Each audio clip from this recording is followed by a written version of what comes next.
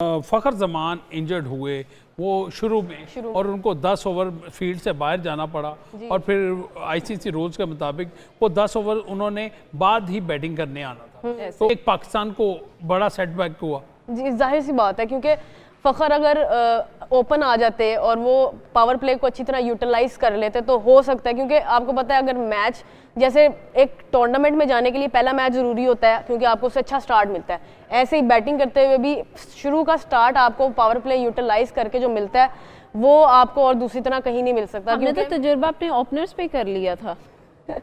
हमने अपने ओपनर्स ही बदल दिए। उसके बाद आप देख लें कि नीचे जो आया हम लोग, उसके बाद रिजवान आया, रिजवान से भी उस तरह की बैटिंग नहीं, ऐसा लग रहा था कि शायद खेलना भूल गए इस तरह की। I don't know what they were doing actually और what they were thinking. It's up to ये हर प्लेयर के ना नेचुरल होता है कि आपने अगर आप पे प्रेशर है ना, क्योंकि आप शुरू में हमने बात की थी कि जब आप स्कोर बोर्ड देखते हो ना तो आपके ऊपर प्रेशर आ जाता है जब आप सेकंड टाइम चेस कर रहे होते हो। अगर यही टारगेट अगर आपका 350 का टारगेट ही होता, अगर आपका वो बोर्ड पे लगा होता ना तो आप न्यूजीलैंड को किसी ना किसी तरह से टैकल ट्रैप कर लेते। आपको सबसे पहले अंडरस्टैंड करना होता है कि आपकी स्ट्रेंथ्स क्या है। पाकिस्तान के पास बॉलिंग उनकी स्ट्रेंथ, बैटिंग पे हम लोग कभी भी रिलाई नहीं करते, कभी भी आज तक हम लोग हमेशा से बॉलिंग पे रिलाई करते हुए आ रहे हैं और इतने बैटिंग पैराडाइज पे आपने चेस करने का सोचा। I think this was the main reason for us to lose today. ऐसे ही है सर। देखिए विल यंग ने पाकिस्तान में पहली दफ़ा 3 फिगर इनिंग्स खेली है, तो आपके ख्याल से पाकिस्तानी बैटर्स के लिए इजी नहीं था? नहीं, अगर विल यंग की बात आप करते हैं ना तो वो देखें उसके जो इनिशियल मैचेस थे ना ट्रायंगुलर सीरीज के, वो उसका फेलियर था, ही कुडंट परफॉर्म। मगर आज क्योंकि एक बहुत बड़े इवेंट का एक पहला मैच था और आई थिंक उनको अपने जहन में ये चीज़ थी कि मुझे अब जो चांस मिला है मैं इसको ग्रैब करना चाह रहा हूँ, and he did it perfectly.